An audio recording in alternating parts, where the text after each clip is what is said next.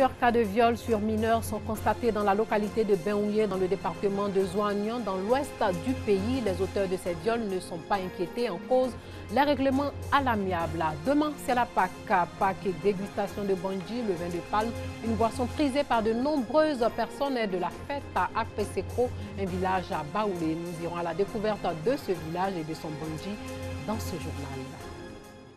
Madame, Monsieur, bonsoir. Les sévices sexuels sur les mineurs sont une réalité en Côte d'Ivoire. Le silence des victimes donne un coup d'accélérateur à ce phénomène. Ces victimes portent des séquelles du viol toute leur vie dans des corps meurtris. Dans l'ouest du pays, plusieurs cas sur mineurs dans la localité de Benouin, de viol justement dans la région de Tomki illustre bien cette situation. Le reportage de Eve Aboué. Les régions du Tompi et du Guémon sont en proie à un phénomène qui prend de l'ampleur au fil du temps, le viol. Selon la clinique juridique de Mans, 41 cas de viol ont été référés, dont 4 cas mineurs de 6 à 13 ans pour la seule localité de Benouin entre septembre 2015 et mars 2017. Les cas de Benouin, il faut dire chaque semaine, nous sommes appelés pour un cas de violence, de viol. Et généralement, ce qu'on déplore un peu, c'est que les parents essaient de faire des arrangements à l'amiable. Et c'est lorsque ces cas ne sont pas signalés aussitôt, c'est lorsqu'il y a des complications au niveau de la victime que généralement nous reporte les cas. Nous avons pu rencontrer 2 de ces cas. Pour le premier, il s'agit d'une fillette de 8 ans qui vit à Katour, un village de la commune de Benouin. Nous la prénommons Aurélia afin de préserver son identité. C'est à l'aide d'un bâton lui servant de béquille qu'Aurélia se déplace. Elle souffre d'un handicap survenu après qu'elle ait été violée à l'âge de 6 ans, alors en classe de CP1. Son agresseur est identifié et connu de tous.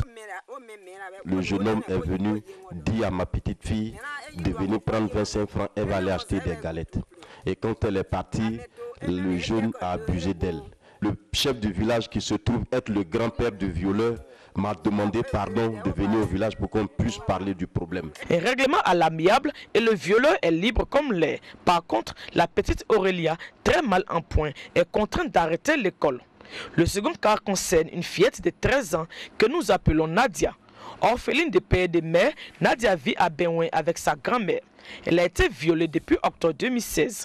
L'affaire portée devant les chefs coutumiers ne va pas jusqu'à son terme à cause de pressions familiales et communautaires. Et, faute de traitements appropriés, Nadia tombe gravement malade. Le verdict des praticiens est sans appel. Elle souffre d'une anémie sévère avec un taux d'hémoglobine de 4%. Des membres enflés et plusieurs ganglions dans le ventre. Elle aussi, elle a arrêté l'école alors qu'elle a eu son entrée en 6e au cours des examens passés.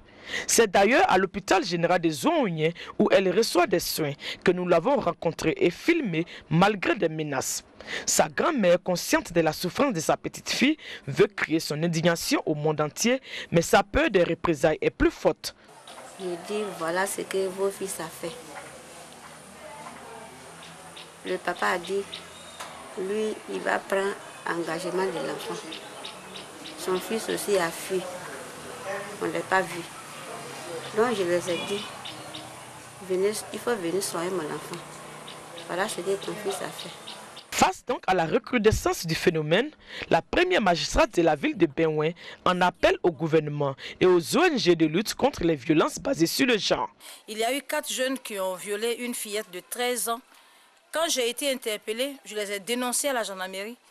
L'affaire a fait un boom ici où la plupart des cadres condamnaient ma réaction vis-à-vis de cet acte-là.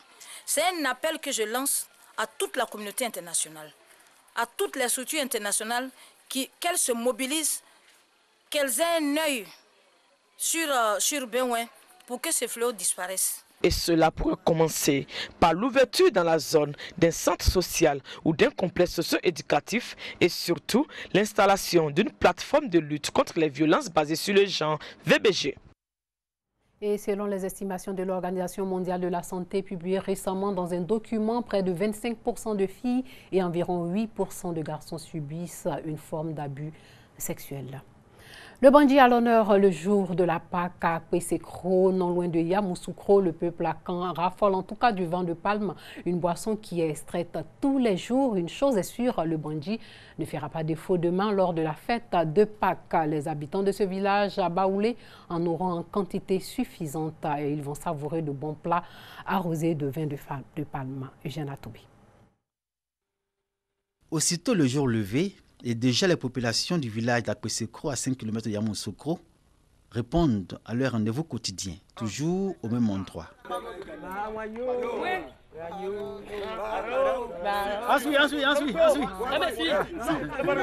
C'est un rituel. Ici, on vend le bangui, du vin de palme, une boisson bien prisée qui fait concurrence aux autres et fait aussi l'objet d'une très forte demande, surtout en cette période de Pakinou. Le chef a demandé à ce qu'il n'y ait pas de rupture de bangui ici à Kwesekro. Donc nous aurons du bangui en quantité suffisante et dans la qualité qu'il faut. Le maison, comme on l'a dit, ça ce sont nos cultures.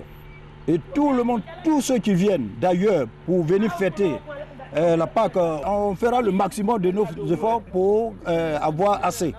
Il m'a vendu à 300, les 2 litres. Normalement, c'est 200.